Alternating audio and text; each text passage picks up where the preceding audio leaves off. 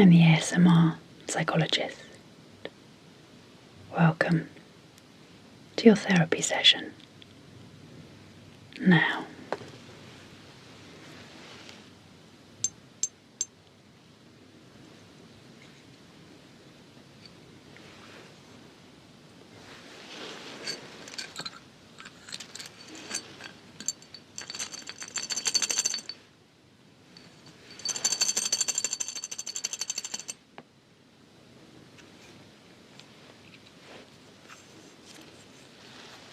today we're going to be looking at some stress management techniques.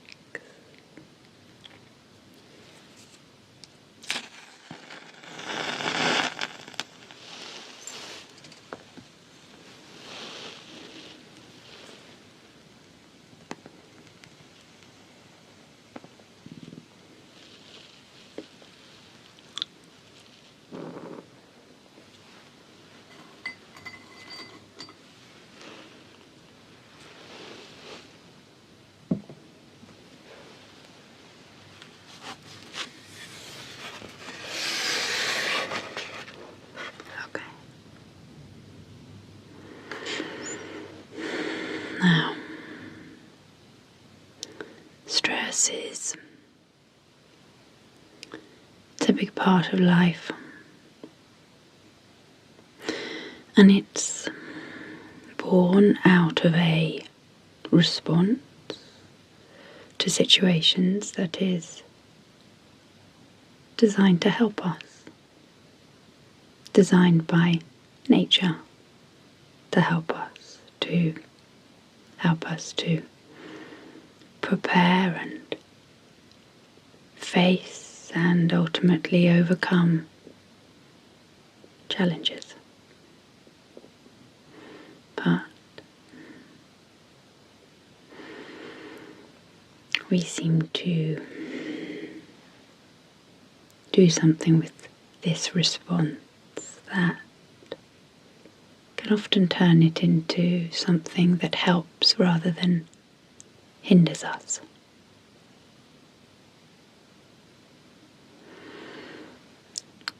Now, one of the main ways that we do that, or one of the most common ways that we do that, is by predicting the course that something will take in a catastrophic way. So we all have this kind of inbuilt tendency to travel to the worst case scenario.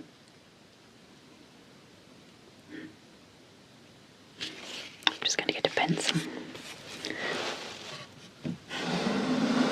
Here we go. Now,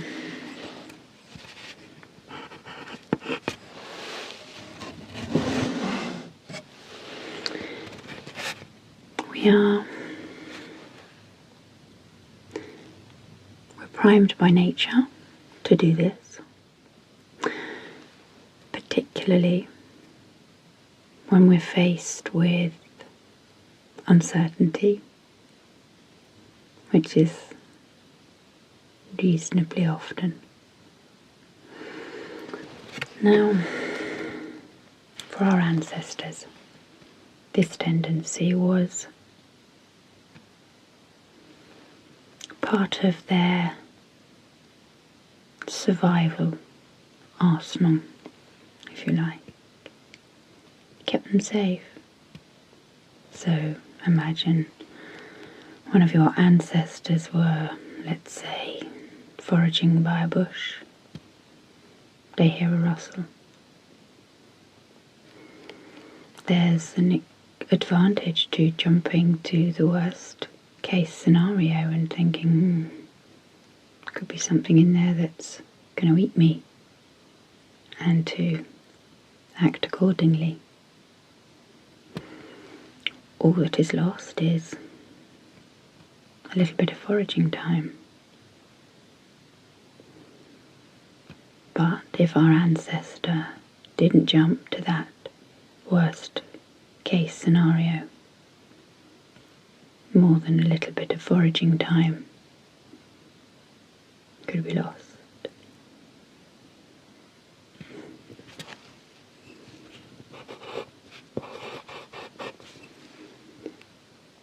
Now, obviously we don't often find ourselves in that situation now, but evolution is a very slow process, so we do retain that tendency to jump to the worst case scenario.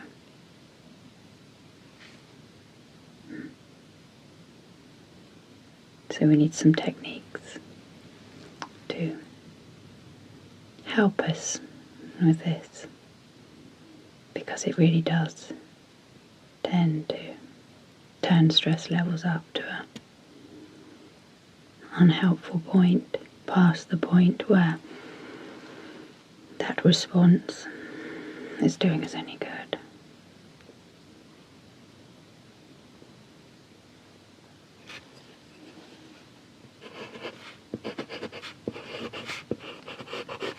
So, I'm going to show you 3 techniques today which can be incredibly helpful in counteracting this tendency to rush to the worst case scenario.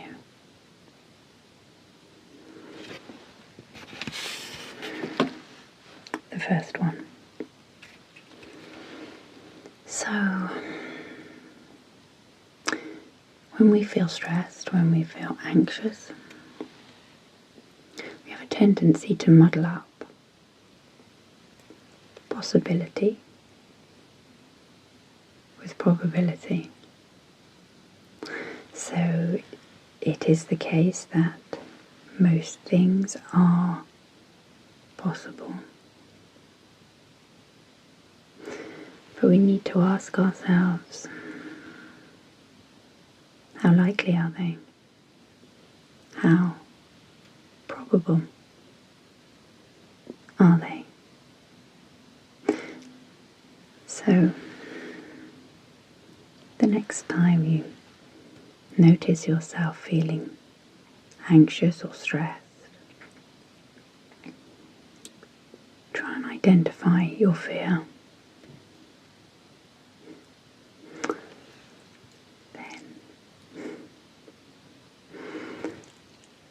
Look at the probability of that occurring based on some facts, not just on how it feels. So, the past. How many times have you found yourself in this particular situation, and how many times has the fear occurred? And then try and state it as a percentage, as a probability rating. So let's say the situation that you're in has occurred 30 times. And the outcome that you fear has occurred once. That means there is a 3.3% chance of your fear occurring. What it also means is that there is a 96.7% chance of it not occurring.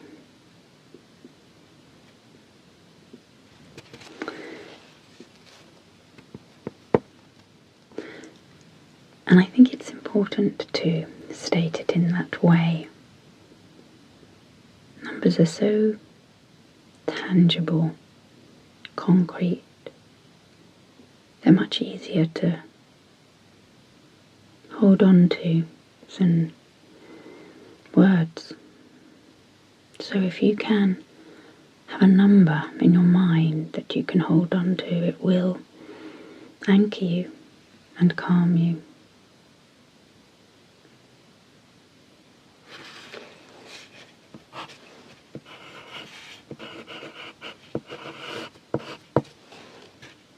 Okay, next technique.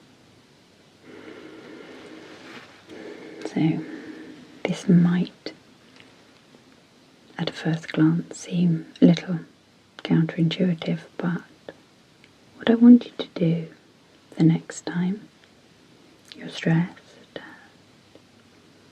you are racing towards your worst case scenario, I want you to go to it, and I want you to get hold of it and outline it in some detail, and then make a plan. Think to yourself, if this happened, what would I actually do? And write yourself a step-by-step plan of how you would manage. So, let's say the fear is that your relationship is going to come to an end. How would you actually deal with that? Begin with the practical, because that's quite concrete, tangible. How would you deal with the financial implications? Accommodation issues, for example. Then, how would you deal with the emotional fallout, the loneliness, the feelings of rejection? How would you soothe yourself? How would you stay connected? How would you deal with the social aspects, shared friends, leisure, activities, and ultimately, I guess, how would you create opportunities to build new relationships?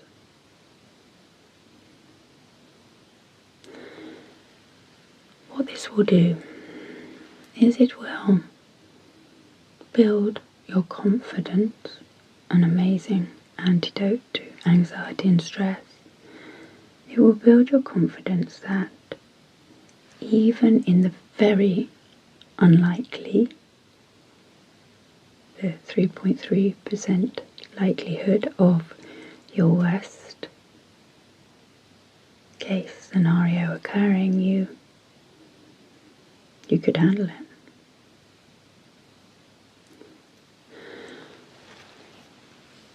And what this does is it means that every other eventuality becomes a walk in the park. Because if you can handle the worst, you can certainly handle everything that's better than that.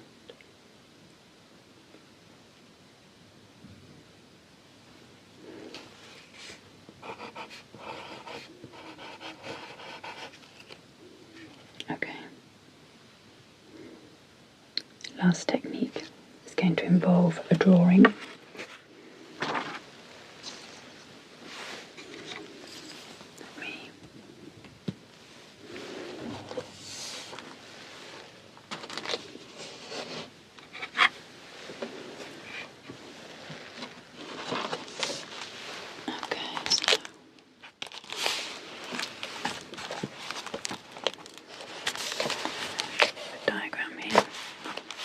Funny, so I don't know where we go. I'll hold it over here, then you can see it better.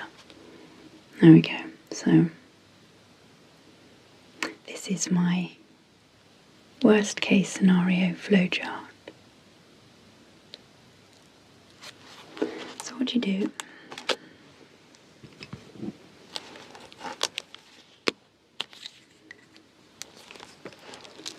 is you begin by identifying where you are now and your worst case scenario. So let's use an example of making a mistake at work, say. So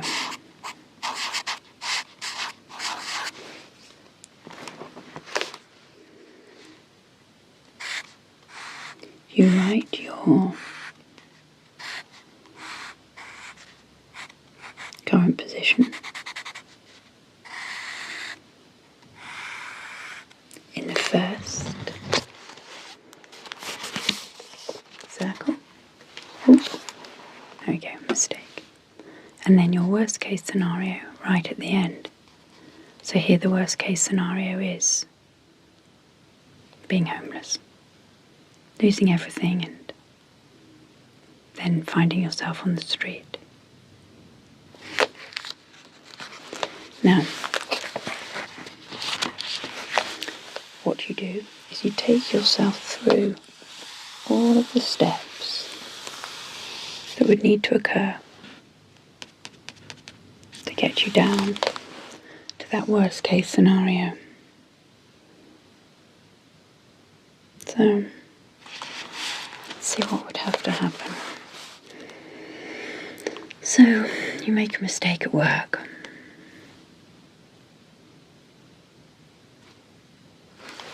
The first thing, I guess, would be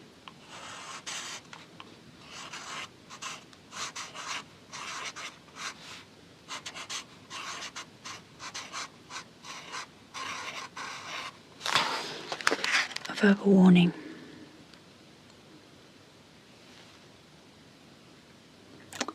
Then I guess the step after that would be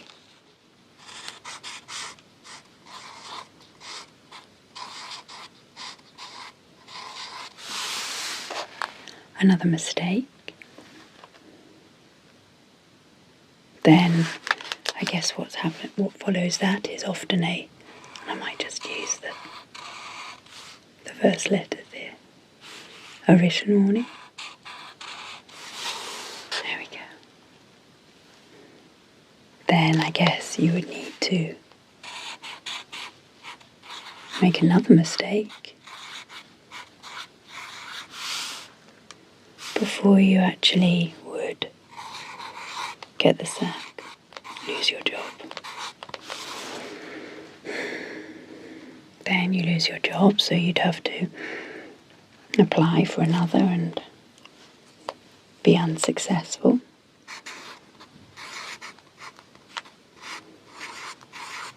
So you might have a failed interview.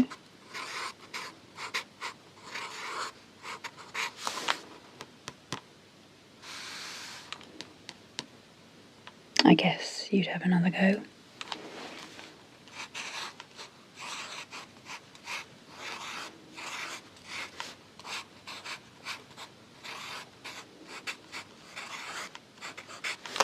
And in order to keep on this trajectory, you'd have to fail again. To keep heading towards the homeless state, you'd have to be struggling, I guess, financially, so you wouldn't be able to find any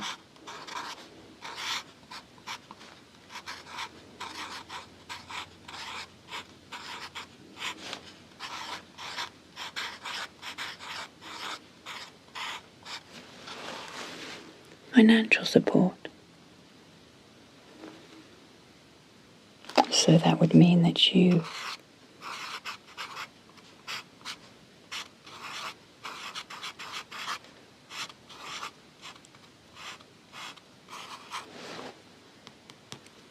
can't pay your bills.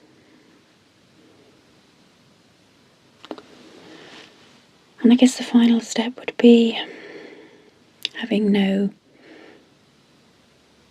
alternate accommodation.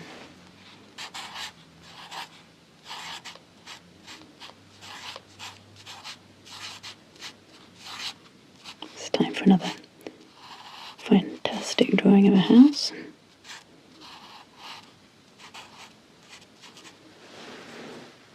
Before you find yourself here, homeless. Now, when we're here, feeling stressed, it can feel as if there is a link directly from this to this. Something happens in our minds where all of this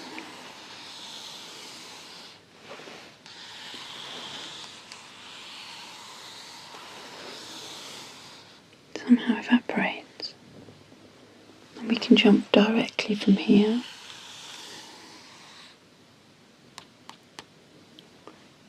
to here. But the reality is 1, 2, 3, 4, 5, 6, 7, 8, 9, 10, 11 steps. 11 steps. And each step, each link in the chain creates an opportunity. An opportunity to do something different. To take a different path. To break the chain. Quite a helpful exercise to do once you have drawn your chain or your flow diagram is to look at each opportunity to break the chain and think about how exactly you do that. Again, drawing your attention to the power that you have, building your confidence that you could manage. And as I said earlier, confidence is an antidote to stress and fear and anxiety. It's actually an antidote to many things that we suffer with, struggle with. But certainly for stress, anxiety. So, you have 3 techniques there.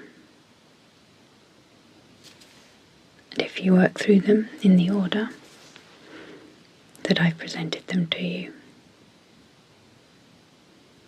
steadily, methodically, and practice as well. Each and every time you are able to apply this process to something you are finding stressful, it will become more effective.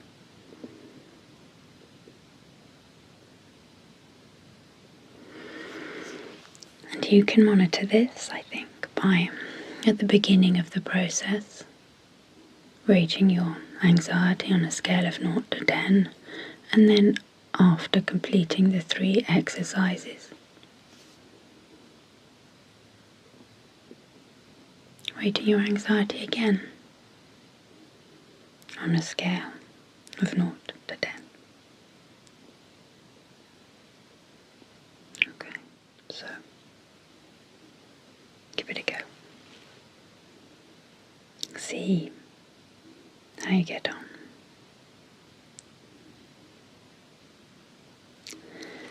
And hopefully I will see you soon.